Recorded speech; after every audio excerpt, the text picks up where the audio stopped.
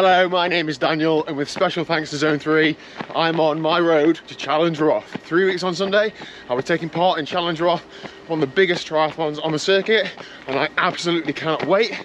This video is going to take a deep dive into a couple of my Challenge Roth specific training sessions.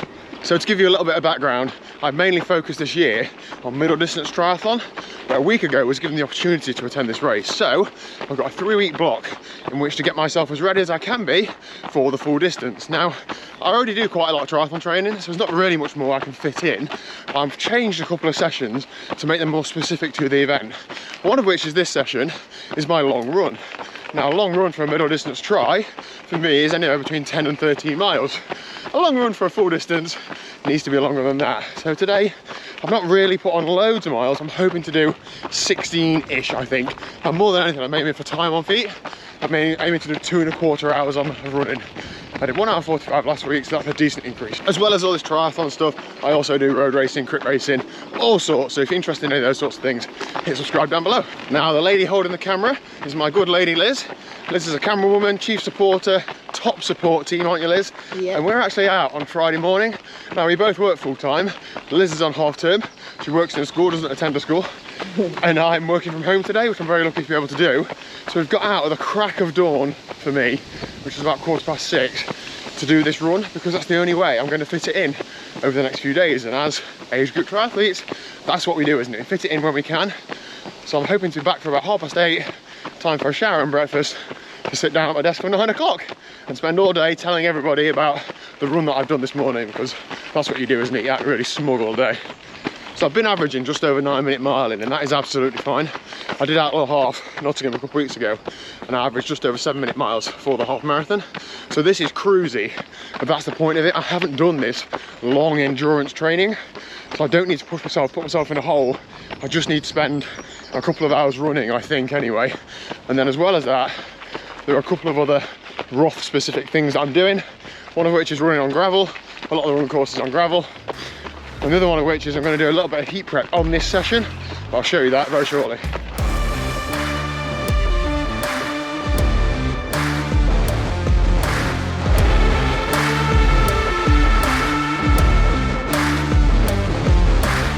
So I'm very lucky that I work with some of the leaders in the world actually in triathlon training, coaching and elite performance. Now all of that's completely wasted on me. However, I have spent this week gathering what information I can about heat prep. So there's a couple of ways you can do it. You can either get hot after your training, get a hot bath, those sorts of things. There's lots of studies out there as well. Or get hot while you're training. Now for me, for a lot of people, I ain't got time to do like a 2.5 hour run and then sit in a bath for 40 minutes. I've got to get home, shower, change, work. So I opt for the get hot while you're training. Now there's a lot going off in my mind with heat. I'm notoriously bad in the heat, so I worry a bit. So the psychological element of knowing that I'm doing some heat prep is hopefully going to help me, as well as the physiological element of my body actually getting better in the heat. So I've got 45 minutes to go. Just put a jacket on to get hot for the next 45 minutes. Still keeping it quite easy, but getting warm. So this changes a few things. It changes how much fluid I need to drink, how much food I need to take on, changes how I feel, or changes my heart rate, all those things. So I'm excited just to put myself out of my comfort zone a little bit and do something that's a little bit different, that isn't going to affect this session too much, or if at all really, because of course doing heat training is stress on the body. Let's get some hot miles ticked off, let's get sweaty. So if I haven't made that obvious enough, it's quite hot in Roth. In years gone by, it's been borderline a non-wetsuit swim for the amateurs. So it's going to be a hot day out. Looking at the weather forecast for the next couple of weeks, it's like high 20s all day and blazing sunshine. So a ginger's worst nightmare. But we're going to do what prep we can to do the best performance we can. I have raced in the heat in the past. Ironman UK 2018 for those that have done that. Cork 70.3 in 2022. I've been alright, but it worries me.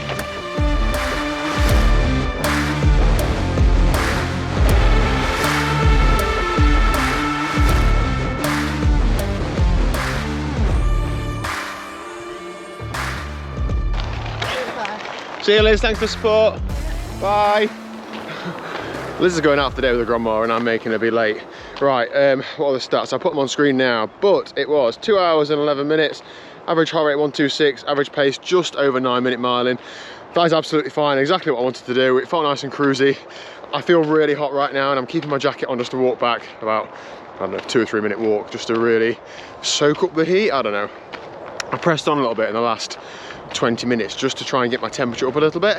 Not pushing hard, but just trying to get more, you know, I feel dripping wet now. Just try and replicate what it's going to be like when it is hotter. Putting a jacket on for 45 minutes is not like full heat prep, but it's better than nothing, and that's what I need to do. Just what I can do, better than nothing. Oh, that was good. Right, I'm hoping the next part of this video is going to be some open water swimming tomorrow, so I will see you there. As predicted, it is the next day and I am at an open water swim. This is the Lavender Patch, which is near Derby in Derbyshire. Thank you to MVH Tri who run these sessions. They are on a Tuesday evening and a Saturday morning. If you're interested, please do check out. I'll leave a link to their Facebook page down below. It was £5.50 for a non-member today, and if you're a member of their club, it's £4. There are 2 spotters on the side of the lake, so one over here, one over there. So I feel very safe. It's a well marked out course. The lake isn't too big, but it's big enough. I think the big lap is about 500 meters. So thanks, this sort of thing is brilliant for people like me who want to train for events, so thank you very much. Now, today, I knew this was going to happen, right? You know, when you predict some things, this video series is like supported by Zone 3. Obviously, I'm not in a Zone 3 wetsuit. It's being delivered today whilst I'm out here. Just because of life diary, I can't be at home to collect it. I'd have missed this open water swim spot. So you have to just pretend that says Zone 3 in it. There will be a link in the description down below where you're going to get a 20% discount if you'd like anything from Zone 3, and I might need to use it. Stuff's on its way apparently, but I'll get it at some point, and in the next episode of the Road to Roth, I'm sure I'll have some stuff that's on brand. But this will do. This is what I've raced in for the last couple of years. Wetsuit and swim cap as well. I'm hoping to do maybe half an hour, 40 minutes, nothing too crazy. I'm actually going bike racing after this swim. It's quite close to where this swim is, so just getting some open water specific skills, you know, practiced. I feel like I swim pretty well in the open water versus how I do in the pool, but it's all about, you know, how you turn around buoys, how you sight, how you actually swim fast or differently in a wetsuit. So all those things I'm going to get stuck into. Let's get in the water. I'm not going to take this camera in the water because I'll drop it and lose it. Watch the glare on my pale body, won't you? Good swim, 2.2k, just nice and cruisy, working on the things that I said earlier. I also worked on having a wee whilst I was swimming. Sorry to the other swimmers who were in there. I actually went 5 times, which is a bit of a breakthrough for me. That's not normal, I know, maybe I should get that looked at, but good to be able to go while you're swimming in a triathlon. If you get on the bike, you need to go. It's not as easy, so therefore, swimming practice, make the most of it. Now, I'm really happy with how it's gone. 2 days ago, I swam just over 4k so in the pool, so I was really interested to see how my arms felt, but I actually felt all right, but just didn't push it. Just had a nice cruisy swim, just over 40 minutes, so really enjoyed that.